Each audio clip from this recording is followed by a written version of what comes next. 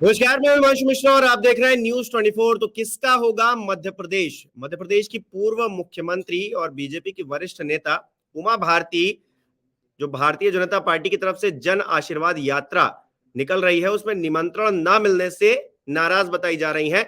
उनका कहना है कि बीजेपी की जन आशीर्वाद यात्रा का निमंत्रण उन्हें नहीं मिला है और अगर निमंत्रण मिलता भी है तो भी वो यात्रा में शामिल नहीं होंगी। उनकी ये नाराजगी चुनावी समर में किस तरह से खतरनाक साबित हो सकती है भारतीय जनता पार्टी के लिए और क्या इसका फायदा कांग्रेस को मिल सकता है, इसको लेकर चर्चा करेंगे। हमारे साथ ब्रजेश पांडे जी भारतीय जनता पार्टी से जुड़ चुके हैं, अजय यादव जी कांग्रेस पार्टी से हमारे बीच हैं और सरमन नगेले जी वरिष्ठ पत्रकार हमारे साथ जुड़े हैं। बहुत बहुत स्वागत आप सभी लोगों का।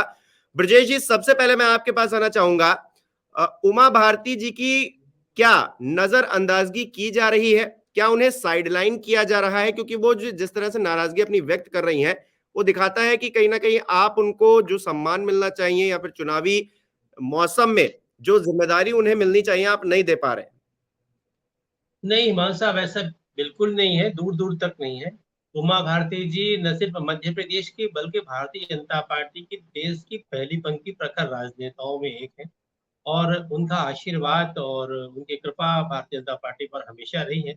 मध्य प्रदेश की लोकप्रिय मुख्यमंत्री रह चुकी हैं और एक मामूली सी घटना पे, हुबली जैसी घटना पे उन्होंने पद से त्याग पत्र दिया था और पार्टी की राष्ट्रीय महासचिव थी, केंद्र में मंत्री थी और बहुत वरिष्ठ पदों में रही है। और हम्म। पार्टी उन्हें हमेशा अपने साथ जोड़ती है, उनको बुलाती है, हर आमंत्रण पे बुलाती है, हर प्रोग्राम में वो आती है। हम्म। मैं समझता हूँ कि इस उनकी बार क्या नाराजगी हुआ नहीं, लेकिन? ये सब मीडिया में खबरें इस तरह की आती रहती हैं, लेकिन वो भारतीय जनता पार्टी की कद्दावर नेता है। और उनके जो है उनके भतीजे को अभी हाल में के मध्य प्रदेश शासन का मंत्री बनाया गया है, राहुल मोदी जी को। उनकी तनिक सी भी नाराजगी नहीं है, वो हमारी आस्था श्रद्धा का केंद्र है। अब बहुत अति लेकिन वो तो सम्मान्य कह रही है नेताओं आप में बुलाएंगे तब भी नहीं जाएंगी वो। नहीं, बिल्कुल नहीं। क्या बोला आपने? अब वो कह रही हैं कि बुलाएंगे तब भी नहीं जाएंगी वो। नहीं, देखिए ऐसा है कि किसी कारण से कम्युनिकेशन गैप हुआ होगा, ये किसी बात को लेकर के। लेकिन आज वो सब चीजें ठीक हो गई हैं और अभी कुछ चैनलों पे उनके दूसरे बयानात भी आ रहे हैं। हम नहीं समझते हैं कि वो एक हमारे परिवार की मुखिया है। मुखिया का रोष व्यक्त करना, मुखिया की गुस्सा व्यक्त करना तनिक होता है, और उसका आशीर्वाद मुखिया के बिना चलते नहीं है परिवार। उसका ये मार्गदर्शन, उसका ब्रजेश जी, क्या आशीर्वाद, चुनावी उसकी मौसम में अनुकंपा भारतीय बहुत बड़ी जनता होती है पार्टी के परिवार के अंदर, सदस्यों के। जी, क्या भारतीय जनता पार्टी के अंदर इस वक्त कोई अ, आपस में कोई घमासान मचा हुआ है? क्या पार्टी के अंदर सब कुछ ठीक नहीं लग रहा है, इसलिए ये सवाल है? हिमांशु सर, आप तो, हम समझते हैं मध्य प्रदेश नहीं, देश के बड़े प्रखर एंकरों में, पत्रकारों में गिने जाते हैं। आप मुझको बताइए, कल जब मर्यादा पुरुषोत्तम प्रभु श्री राम की वनवास काल के साक्षी रहे चित्रकूट से, जहाँ प्रभु श्री राम ने अपने 14 साल में 12.5 वर्ष का समय व्यतीत किया था, कामता नाथ जी का दर्शन करने के बाद भारतीय जनता पार्टी के राष्ट्रीय अध्यक्ष आदरणीय जेपी नड्डा जी, आदरणीय नरेंद्र सिंह तोमर जी, प्रदेश के मुख्यमंत्री माननीय शिवराज सिंह चौहान जी, आदरणीय पीटी शर्मा जी, सभी दिग्गज नेता, ज्योतिरादित्य सिंधिया जी, सभी लोग एक मंच से इकट्ठे थे। और हम समझते हैं कि प्रभु श्री राम का आशीर्वाद लेकर के जिस तरह से जन आशीर्वाद यात्रा का शुभारंभ किया गया, ये इस बात को संकेत देता है कि इस बार भी 2023 के चुनाव में, विधानसभा चुनाव में, और 2024 के लोकसभा चुनाव में भारतीय जनता पार्टी प्रचंड बहुमत के साथ अपनी सरकार बनाएगी। हम तो जनता का आशीर्वाद लेने गए हैं। देखिए, उन्होंने जिस बात का जिक्र किया है ना, वो कह रही हैं कि एक सवाल उनके मन में उठ रहा है कि ज्योतिरादित्य सिंधिया ने अगर उनकी सरकार बनवाई है तो मैंने भी एक सरकार बनवाई थी, इस बात को भूलना नहीं चाहिए। तो क्या जिस तरह से वसुंधरा राजे जी एक तरफ चुनावी मौसम में राजस्थान में नजर आ रही हैं, उसी तरीके से उमा भारती यहाँ पे नजर आ रही मध्य प्रदेश में? ऐसा मीडिया में खबरें छपती रहती हैं, आप भी जानते हैं, गपसप की खबरें मीडिया के अंदर कॉलम में आती रहती हैं। मैं समझ रहा हूँ कि जो एक नया स्वरूप इलेक्ट्रॉनिक मीडिया का है, क्योंकि हम खुद भी माखनलाल में पढ़ाते हैं बच्चों को, हमारी पीएचडी इसी विषय पे है। तो ये जो प्रॉक्सी न्यूज़ें होती हैं, ये छपती रहती हैं। हिमांशी, आप इस चीज को बहुत बारीकी से समझते हैं। लेकिन डॉक्टर साहब, सत्यता ये है लेकिन कि मैंने ये घर मैं पे तो अपना नहीं जवाब बनाई वहां है से ना। पूरा कर लूँ 3 सेकंड में, तीन डॉक्टर सेकंड साहब, तक समझिए। ये खबर मैंने घर पे नहीं बनाई है ना, ये तो साफ नहीं, तौर मुझे से तीस हुआ सेकंड का भारतीय समय दे बयान दें मास्टर, तो जवाब आ जाएगा। है। जी प्लीज जी मुझे तीस जी सेकंड का भाई। समय दीजिए। देखिए, इसमें कोई शक नहीं है हिमांशु सर, आपका सवाल जायज है और बड़ा जेन्युइन क्वेश्चन है। उमा भारती जी जिनने देखा, आप पूरी प्रदेश की जनता इस चीज से वाकिफ है, और उमा भारती जी मध्य प्रदेश की बड़े तेज तर्राट मुख्यमंत्रियों में गिनी जाती रही है। ब्यूरोक्रेसी में भी उनके उसी तरह पकड़ मानिए जिस तरह से कांग्रेस के अंदर अर्जुन सिंह जी की पकड़ होती थी, ब्यूरोक्रेसी के अंदर अन्य नेताओं की होती थी, तो उसी तरह उमा भारती जी की भी गिनती होती है। लेकिन सबसे बड़ी बात यह है कि हमारी पार्टी ने समय समय पर हमेशा उनका उमा जी का जो है उमा दीदी का आशीर्वाद लिया है, चाहे वो बुंदेलखंड का मसला हो, चाहे विंध्य क्षेत्र का मसला रहा हो, चाहे चंबल संभाग हो, चाहे मालवा हो, हर जगह पे उमा दीदी जितनी भी सलाह दी है पार्टी ने उसको सिरोधार किया है। और वो निश्चित रूप से मैंने आपसे पहले ही आग्रह किया, वो देश की पहली पंक्ति प्रकार राजनेताओं में एक है भारतीय जनता पार्टी के अंदर। अयोध्या को लेकर के बात रही हो, चाहे वो मथुरा की बात रही हो, हर मुद्दों को उन्होंने गंभीरता से उठाया है और उसको एक स्वरूप दिया है। हम लोग उनको जो है बहुत आदर और सम्मान से देखते हैं, उनका हर आदेश नहीं, पार्टी के आप हर बिल्कुल सम्मान से का देखते हैं, लेकिन मानता है। उन्हें वो सम्मान और शायद और नहीं मिल पा रहा है, उनको इसीलिए बुलाया वो पूरी जाएगा। तरह जन आशीर्वाद यात्रा अभी पड़ाव की शुरुआत हुई चित्रकूट से। अभी आने वाले समय बहुत से नेताओं को, प्रहलाद पटेल जी को, उमा भारती जी को, ऐसे बहुत से नेता हैं प्रदेश के दिग्गज नेता, उन सबको जोड़ा जाएगा। और उमा जी का तो पूरे संपूर्ण मध्य प्रदेश ठीक है, में जो है ठीक है, हम ठीक लोग है। चाहेंगे कि उनका अजय आशीर्वाद जी, मिले। अजय जी भी हमारे साथ जुड़ गए हैं। अजय जी किस तरह से देख रहे हैं, क्योंकि उमा भारती जी कह रही हैं कि अब बुलाएंगे यात्रा में तब भी नहीं जाएंगे, तो कांग्रेस पार्टी को क्या इससे फायदा होने वाला है? क्योंकि नजर तो ये आ रहा है चुनावी समर में कि उमा भारती जी नाराज है। देखिए हिमांशु जी, ये भारतीय जनता पार्टी का आंतरिक मामला है, लेकिन ये स्पष्ट दिखता है कि भाजपा में ऑल इज नॉट वेल वाली पोजीशन बन गई है। उमा भारती जी को लगातार अपमानित किया गया, पहले प्रदेश की कमेटियों की बैठक में तक नहीं बुलाया गया, जन आशीर्वाद यात्रा के रूट में ना उन्हें कहीं शामिल किया गया, ना आमंत्रण दिया गया। यहाँ तक कि उन्होंने अपने कुछ उम्मीदवारों की सूची प्रदेश अध्यक्ष को दी, जो कि अमूमन गोपनीय तौर पे दी गई होगी, लेकिन उनकी छवि खराब करने के लिए उस सूची को सार्वजनिक कर दिया गया ताकि उमा भारती की छवि खराब की जा सके।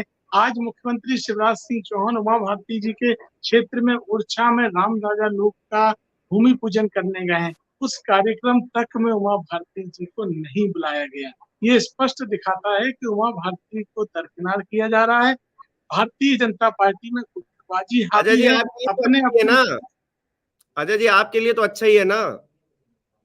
देखिए, हमारे लिए भाजपा की गुटबाजी से कोई फर्क नहीं पड़ता है। कांग्रेस के साथ प्रदेश बिल्कुल की पड़ता जनता है। खड़ी है। जब कमलनाथ जी के कांग्रेस में नेतृत्व में गुटबाजी होती है जनता तो ने, बीजेपी को फायदा होता है, अगर बीजेपी में गुटबाजी हो रही तो कांग्रेस को फायदा होगा, आपको तो खुश होना चाहिए।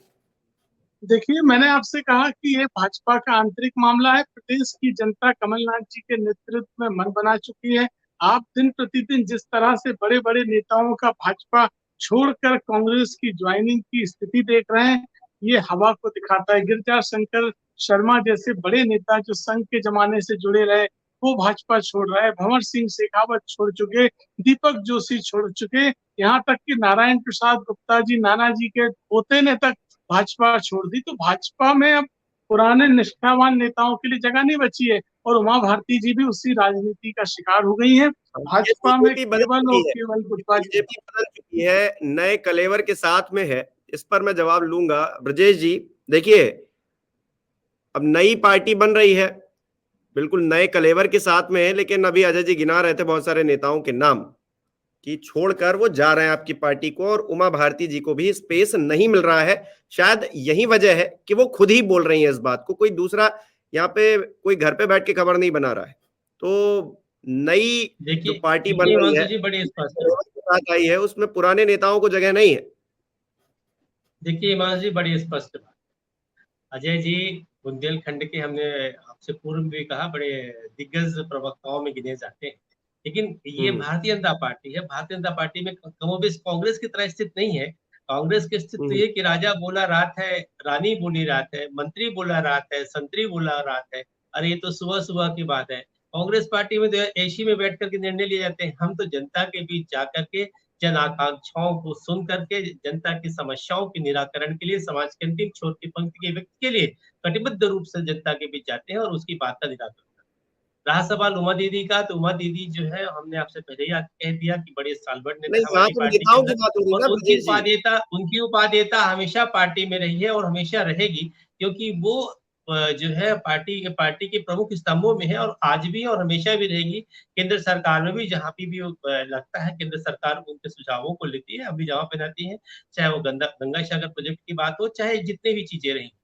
सबसे बड़ी बात ये है कि धर्म और संस्कृति को लेकर के उनके हमसे सुझाव लिए जाते रहे हैं।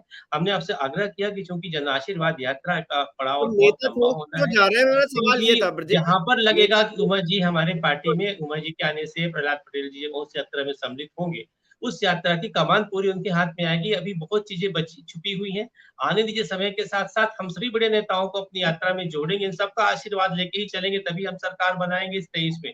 इन सबका आशीर्वाद चाहिए हमको। हम बताए ना, हमारे उमा मुख्य जी तो स्तंभ है, कह रही है अब आप मुख्य बुलाएंगे पिलर है। तब भी नहीं जैसे आएंगे हम ना। आज सत्ता में वहाँ के सांसद गणेश सिंह जी को जोड़ा गया, प्रोग्राम में गणेश सिंह जी का भी नाम नहीं था। इसके आगे की कमान राजेंद्र शुक्ला जी को रीवा की दी जाएगी 8 या 9 तारीख की जो यात्रा है। तो क्रमशः गुणात्मक रूप से हम जोड़ते जाएंगे, इस बात को लेकर के लेकिन इतना ब्रजेश चिंतन जी, मनन की उमा नहीं जी है ने तो मना आवश्यकता कर है। दिया ना, वो और कह रही है कि आप बुलाएंगे इस तब विषय भी पर नहीं पार्टी आएंगे। के प्रदेश अध्यक्ष माननीय बीडू शर्मा जी ने अपना स्पष्ट रूप कर दिया है। उन्होंने साफ तौर से कह दिया है कि उमा भारती जी जो है, उनकी श्रद्धा और उनके उनके अनुभव का लाभ पार्टी हमेशा लेती है, आगे भी लेती रहेगी और हमारी आस्था की अच्छा प्रतीक है। ठीक है, हम ठीक है, ठीक समझते है। हैं, हम भी उन्हीं के साथ।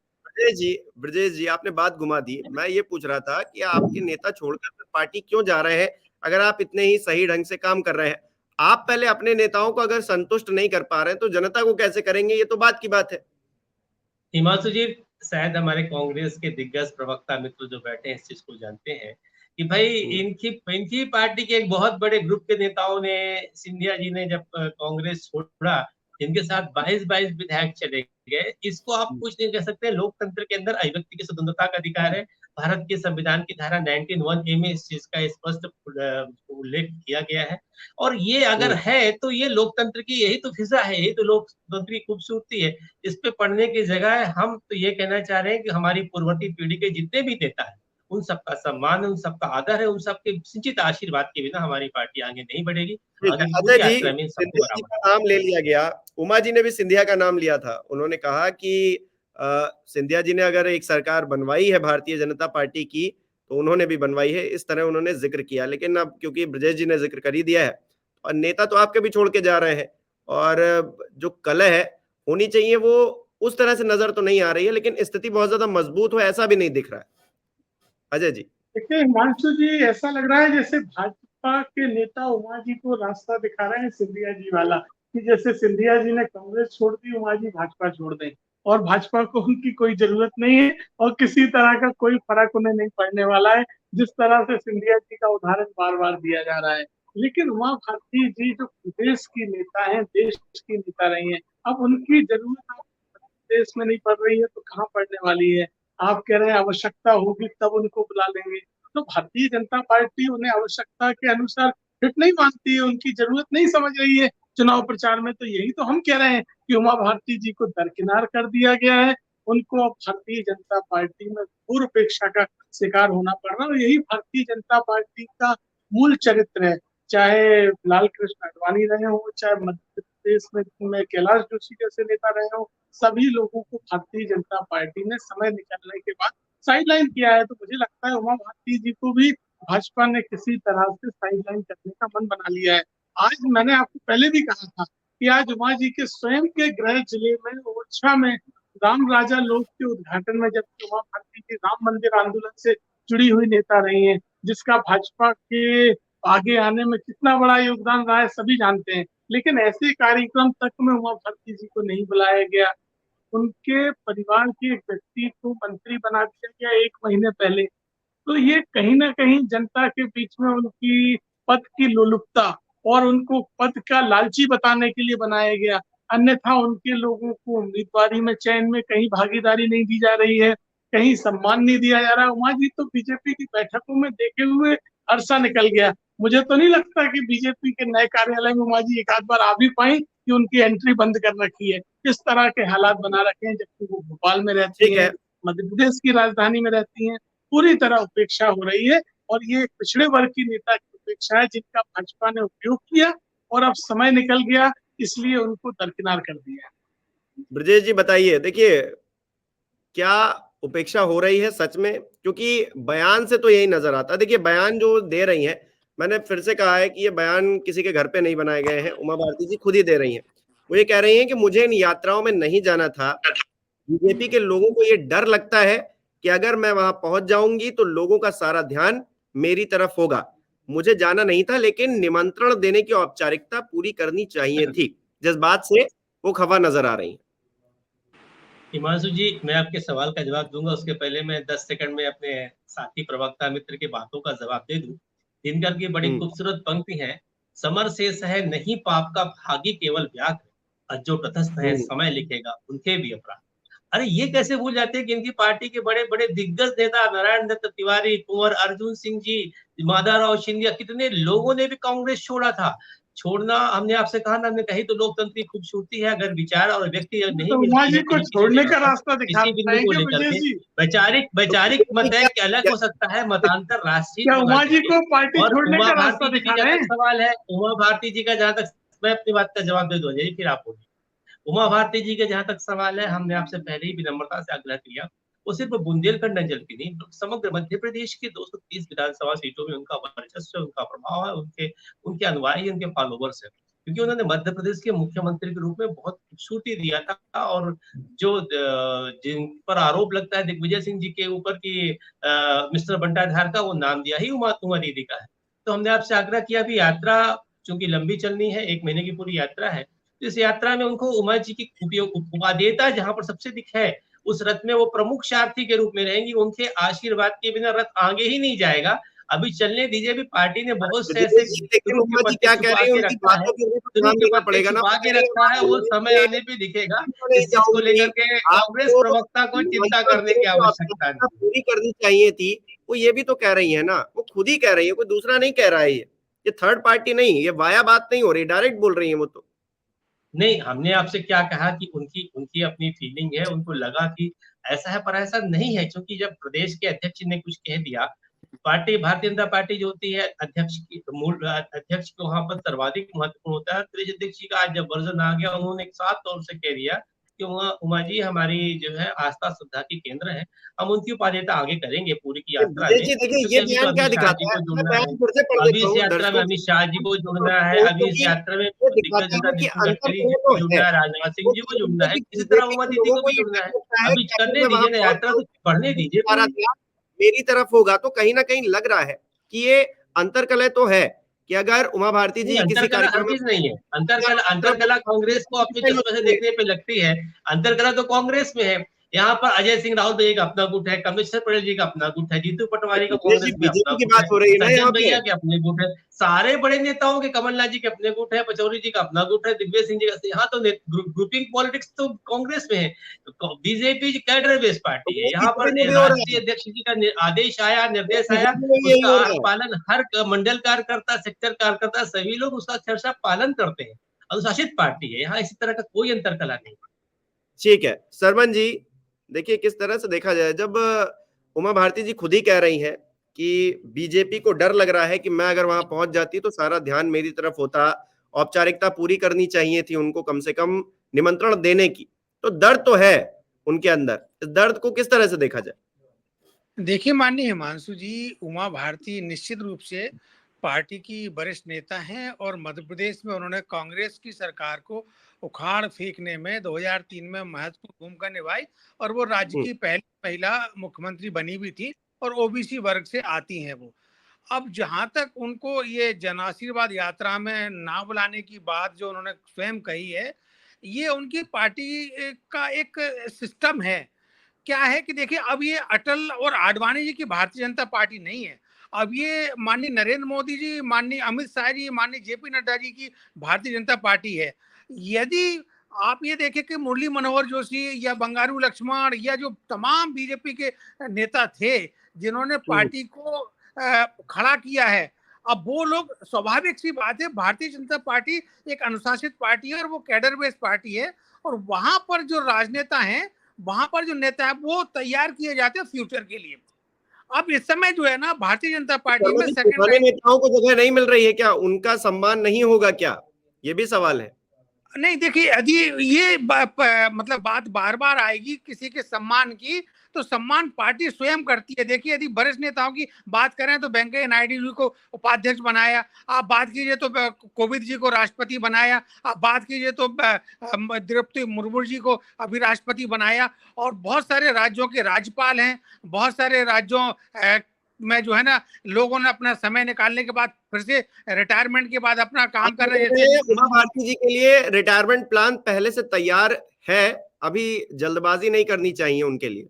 नहीं, देखिए, जैसे मैंने बताया कि अनसुईया उइके राष्ट्रपति हैं, सॉरी राज्यपाल हैं, कप्तान सिंह सोलंकी राज्यपाल रहे हैं, और भी जैसे छत्तीसगढ़ से रमेश बैस हैं, तो हो सकता है कि उमा भारती जी का वो समायोजन करना चाहते हो, इसलिए उन्होंने एक्टिव पॉलिटिक्स में उनको, चूंकि वो महिला भी है, उनकी उम्र भी बहुत हो मतलब स्वास्थ्य भी उनका समय समय पर ठीक नहीं रहता है। मैं कोई उनका अधिकृत रूप से प्रवक्ता नहीं हूँ, एक पत्रकार के नाते मैं कह सकता हूँ कि उमा जी के बारे में ये कहा जाता है कि वो कब किस तरह की बात कह दें, किस तरह का निर्णय ले लें, ये कोई उनके बारे में सही जानकारी नहीं बता सकता, क्योंकि वो कभी भी कुछ भी अप्रत्याशित निर्णय लेने में वो शुरू से अपनी इस बारे में उनकी अपनी छवि रही है। चाहे आप देखिए कि जब मध्य प्रदेश की सरकार उन्होंने बनाई थी तो हुबली के जरा से एक तिरंगा के मामले में उन्होंने त्यागपत्र दे दिया था, और उसके बाद से फिर वो सक्रिय राजनीति में बहुत ज्यादा उभर कर नहीं आ पाई हैं, और ये उनका दर्द जो है ना,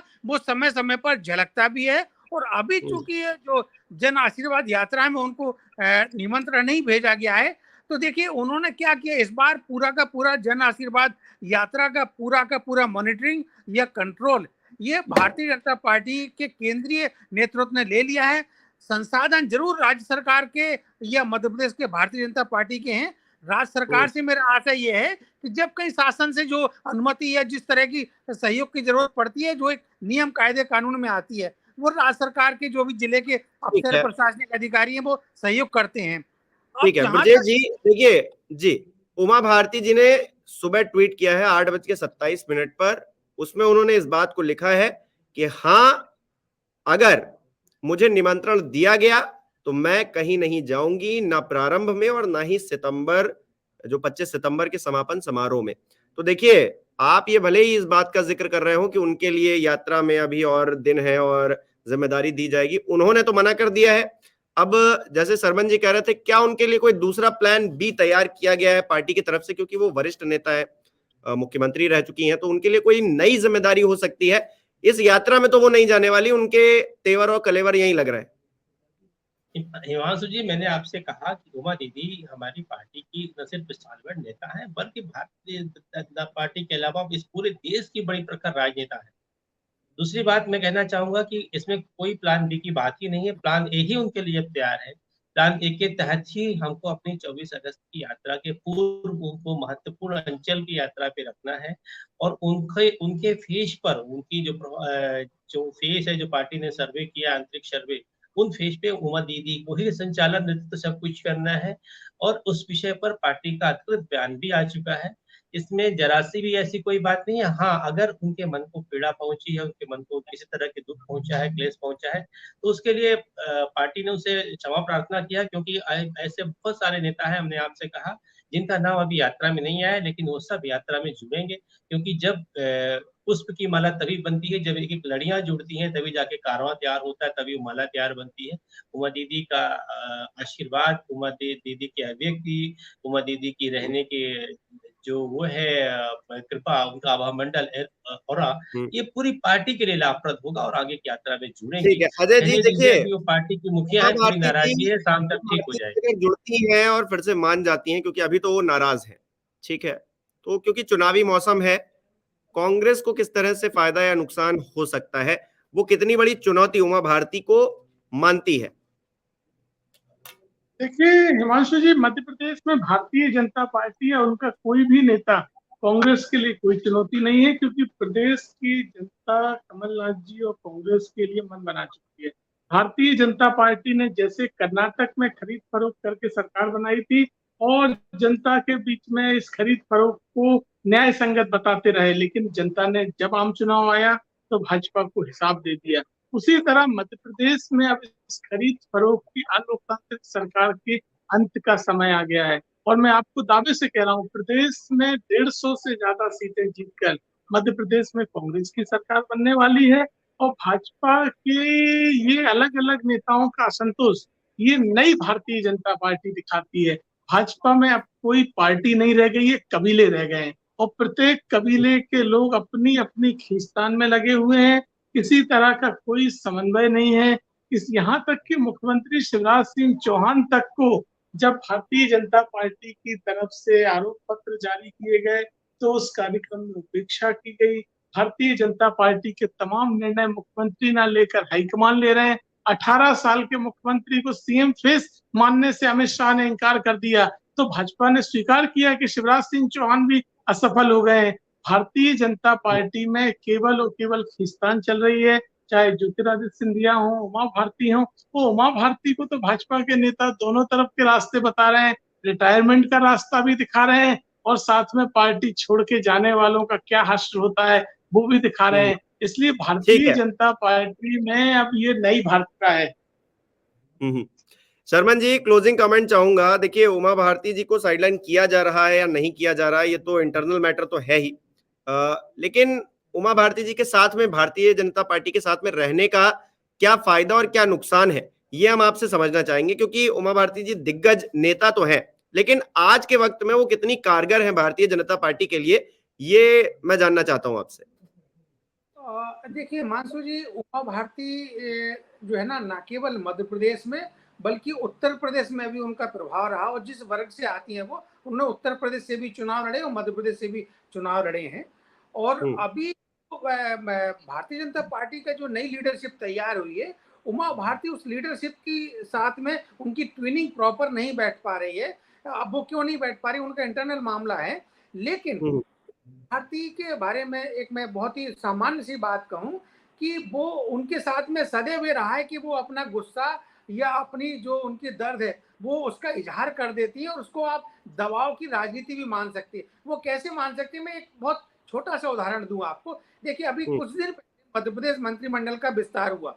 उमा भारती की मंशा के बिना मध्य प्रदेश के मुख्यमंत्री माननीय शिवराज सिंह चौहान या हाईकमान राहुल जो उनका भतीजा है उसको मंत्री नहीं बनाते। उमा भारती का पूरा उसमें न केवल उनकी सलाह रही होगी बल्कि उनकी पूरी कोशिश भी रही होगी कि उनके वो मतलब मंत्री बन जाए। एक दूसरा, प्रीतम लोधी जो उमा भारती जी को बहुत ज्यादा मानते हैं, उमा भारती भी उन्हें मानती है। उनको अभी आपने पिछोर से भारतीय जनता पार्टी ने उम्मीदवार बना दिया, जबकि प्रीतम सिंह लोधी जो है ना विवादित नेता थे, उनके बारे में भारतीय जनता पार्टी ने एक कड़ा निर्णय लेने की स्थिति में पहुंच गए थे और निर्णय ले भी लिया था, फिर वो निर्णय वापस हुआ है।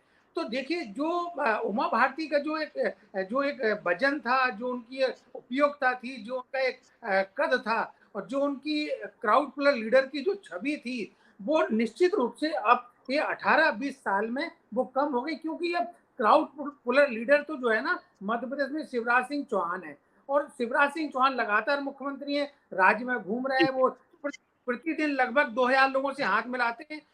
कांग्रेस की तरफ से भी माननीय कमलनाथ जी क्राउड पुलर लीडर हैं। लेकिन अब ये उमा भारती के जो संदर्भ आ रहा है, इसमें मैं लास्ट में यही कहना चाहूंगा कि उमा भारती जी को अब अपना जो है ना कि उन्होंने राजनीति में अच्छा समय निकाल लिया है, अब उनको सासम्मान यदि पार्टी कहीं बुलाती है तो जाएं, लेकिन अपनी तरफ से वो दबाव बनाना या दर्द की बात ना कहें। हो सकता है कि उनके लिए पार्टी ने कुछ बी प्लान सोच के रखा हो, कहीं राज्यपाल का या उपराष्ट्रपति का या फ्यूचर के लिए। जी, चलिए देखते हैं कि भारतीय जनता पार्टी ने कोई प्लान बी बना रखा है या नहीं बना रखा है, क्योंकि मध्य प्रदेश में चुनाव होने हैं और ऐसे में उमा भारती का नाराज होना किसके लिए फायदेमंद और किसके लिए नुकसानदायक होगा, ये तो जब जनता वोट करेगी और उसका रिजल्ट सामने आएगा तो पता ही चल जाएगा। फिलहाल इस चर्चा में जुड़ने के लिए आप सभी लोगों का बहुत बहुत शुक्रिया, बहुत बहुत धन्यवाद।